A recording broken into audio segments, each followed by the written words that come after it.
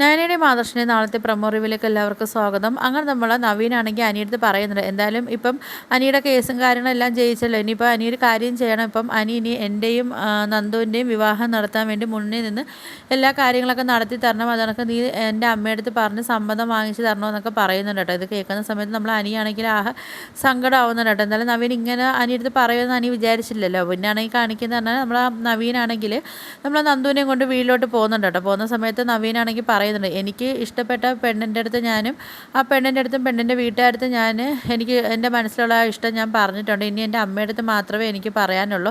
അതെന്തായാലും എൻ്റെ അമ്മയുടെ അടുത്ത് പറഞ്ഞിട്ട് ഞാൻ അമ്മയുടെ സമ്മതമൊക്കെ ഞാൻ വാങ്ങിക്കുമെന്നൊക്കെ നമ്മളെ നവീനാണെങ്കിൽ പറയുന്നുണ്ട് കേട്ടോ. ഇത് കഴിക്കുന്ന സമയത്ത് നമ്മളെ നന്ദുവിനാണെങ്കിൽ സങ്കടമാവുന്നുണ്ട്, എന്താ ചെയ്യണമെന്നറിയാൻ വയ്യാതെ സങ്കടപ്പെട്ടിരിക്കാൻ നമ്മളെ നന്ദുവിനെയും കാണിക്കുന്നുണ്ട് കേട്ടോ. പിന്നെ കാണിക്കുന്നത് പറഞ്ഞാൽ നമ്മളെ അനിയാണെങ്കിൽ വീട്ടിലോട്ട് വരുന്ന സമയത്ത് നമ്മൾ ആദർശാണെങ്കിൽ നമ്മളെ നയനടുത്ത് പറയുന്നുണ്ട്, എന്തായാലും നവീനാണെങ്കിൽ അനിയടുത്ത് പറഞ്ഞാണ് കേസ് ജയിച്ചു കഴിഞ്ഞാൽ എൻ്റെയും നന്ദുവിൻ്റെയും കല്യാണം നടത്തി നീയും തന്നെ മുന്നിൽ നിന്ന് നടത്തി തരണമെന്നൊക്കെ പറഞ്ഞ് കാണുമെന്നൊക്കെ പറയുന്നു. അങ്ങനെ പറഞ്ഞാലും അവർ കുഴപ്പമില്ല, അവനെന്തായാലും അത് നടത്തി കൊടുക്കണമെന്നൊക്കെ പറയുന്നുണ്ട്. അപ്പം ഇത് കേൾക്കുന്ന എനിക്കാണെങ്കിൽ വിഷമമാകുന്നുണ്ട്. അപ്പം അനിയാണെങ്കിൽ പറയുന്നുണ്ട്, ഏട്ടനും ഏട്ടത്തിയും വേണം എൻ്റെയും നന്ദുവിൻ്റെയും കല്യാണം നടത്തി തരാനെന്നൊക്കെ നമ്മൾ അനിയാണെങ്കിൽ പറയുന്നുണ്ട് കേട്ടോ. പിന്നെ കാണിക്കുന്നുണ്ടാണ് നമ്മളെ ജലജയുടെ ഒരു എൻട്രി ആട്ടോ. അപ്പം നമ്മളെ ജലജ അങ്ങനെ അനന്തപുരിയിലേക്ക് പുതിയ ഒരു മാറ്റത്തിൽ കൂടെ നമ്മളെ പുതിയ ജലജ അനന്തപുരിയിലേക്ക് എത്തുകയൊക്കെ ചെയ്യുന്നുണ്ട്. അപ്പോൾ ഇതൊക്കെയാണ് പ്രൊമോ റിവ്യൂ ആയിട്ട് കാണിച്ചിരിക്കുന്നത്. അപ്പോൾ വീഡിയോസൊക്കെ ഇഷ്ടപ്പെട്ടാൽ ഒന്ന് ലൈക്ക് ചെയ്ത് ഷെയർ ചെയ്ത് സബ്സ്ക്രൈബ് ചെയ്ത് ബെല്ലൈക്കൻ എനേബിൾ ചെയ്ത് ഒന്ന് ഹൈപ്പ് ചെയ്ത് ഒന്ന് സപ്പോർട്ട് ചെയ്യണേ.